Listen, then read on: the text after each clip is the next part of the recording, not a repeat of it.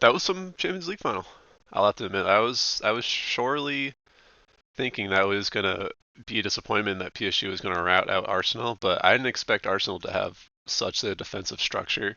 Like I've been watching the Premier League all year, and yeah, they showed a lot of defensive resilience, but I think today was a different level of defensive resilience. They were so hard to break down. PSG could never really get anything done, uh, attacking wise. Um, they always had a lot of people behind the ball, no creativity whatsoever. I mean, just starting out, it was Kai Havertz, great goal. It was near post cheat shot, like you do in FIFA. It was just nothing much that the goalkeeper Safanov could have done about. Arsenal dominated the first 10, 15 minutes and then dropped so hard off a cliff. It was like I don't know what they were thinking. Like Arsenal should have had probably more chances after that first 15, 10 minutes because they were on such a great front foot. And then they just stopped attacking. And it's something that I've seen throughout the year that I really dislike Mikel Arteta for is that he does not push for that extra goal. And that's what really cost them today.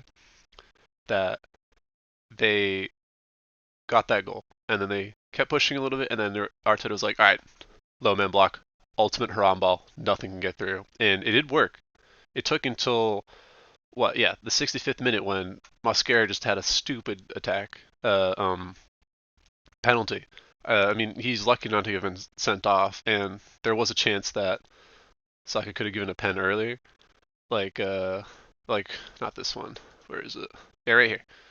Um, this could have been a pen. I mean, it's very similar to what um happened against Arsenal versus Liverpool, where Ardegaard kind of just handled the ball in the box, and you can give it, you can't give it. I mean, it's not. I personally don't think it's a handball, to be honest, but it's just unfortunate that it happened to be on the one of the biggest games of the year. That there's just a lot of scrutiny around the ref. But yeah, it's just PSG just lacked creativity. They were kind of just waiting for something to break down on that Arsenal line, and what happened was just Musquera just making a stupid pen, and then he immediately got subbed off, which I thought was hilarious for Jurriën Timber. And then Dembele, great pen, and then kind of just was all PSG until the end of that game, or I guess the full 90 because they did go in extra time, as you know, for those of you that were watching. But I think Arsenal were so gassed come that 70-minute mark because PSG just kept passing it back and forth all over the Arsenal players, and it wasn't until I think like the 80th minute or something like that that Arsenal started really attacking the ball again. And I thought that was so stupid that Mikel Arteta was just waiting that long for his players to get back up. Like you could see like Madueke had like two chances for to like get a ball in or like score himself and it just he just couldn't find that pass. It was just overhit. And yeah, Bradley Barcola could have scored two game winners right at the death, especially that one at the end where he took it wide for some reason. But when Arteta was making his team attack PSG, they were playing so much better than when they were just sitting back and just soaking up pressure. And I think that's why it went to extra time because PSG obviously like that more free flowing game so they can get their players up, especially Dembele, Doué, just to be able to run at the other team. And then extra time happened. I think both teams were really scared to take a risk. And it wasn't until the pen chout, which was I kind of teased earlier, but like this, in my opinion, was not a pen. I found a GIF of it earlier, but as you can see, Madueke is just kind of ripping him down, and they're both grabbing each other, so like it's not a pen in my opinion. You see it all the time in physical games. It would have been really soft, I think, to have given that. But like I said, both teams are really trying to not take risks. You could see that PSG were kind of playing a three at the back formation, really just trying to be aware of that Arsenal counterattack, which when it did, obviously just Nuno Mendes at the end kind of just taking him down, getting yellow for it.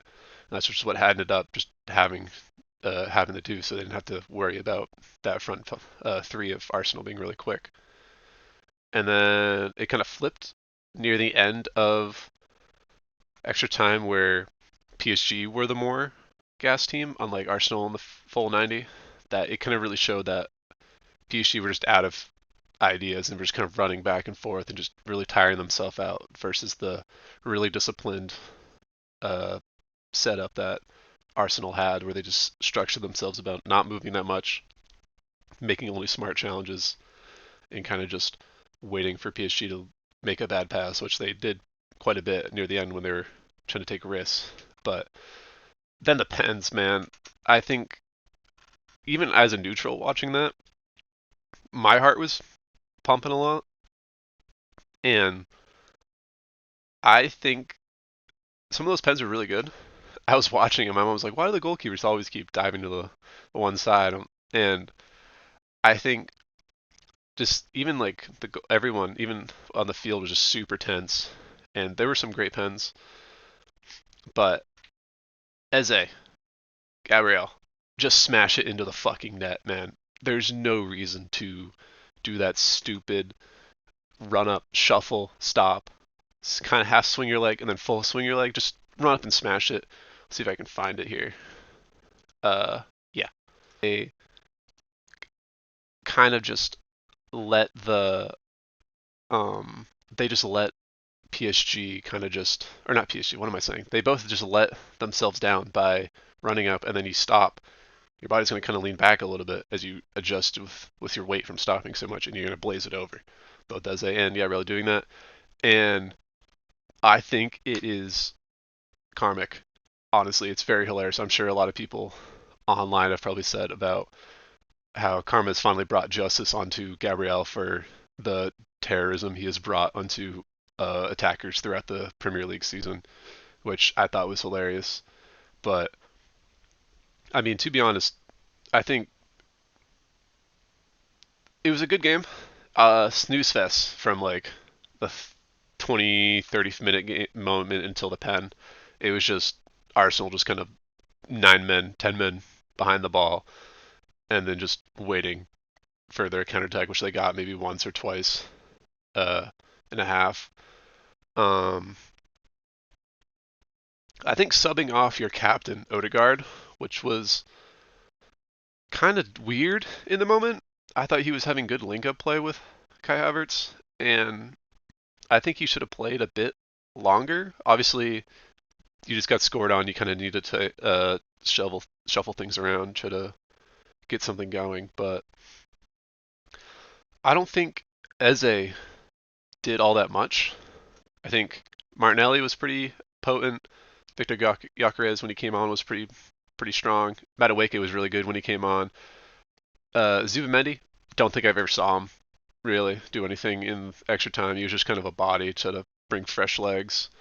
Same with I mean, Urington came on for Muscara, like I said earlier, but he kind of he had that one shot where Safanov was caught off at the end, but besides that, not really doing much. It was really a game of just the people on the field at the start of the game. The people who came on from the bench really didn't do much.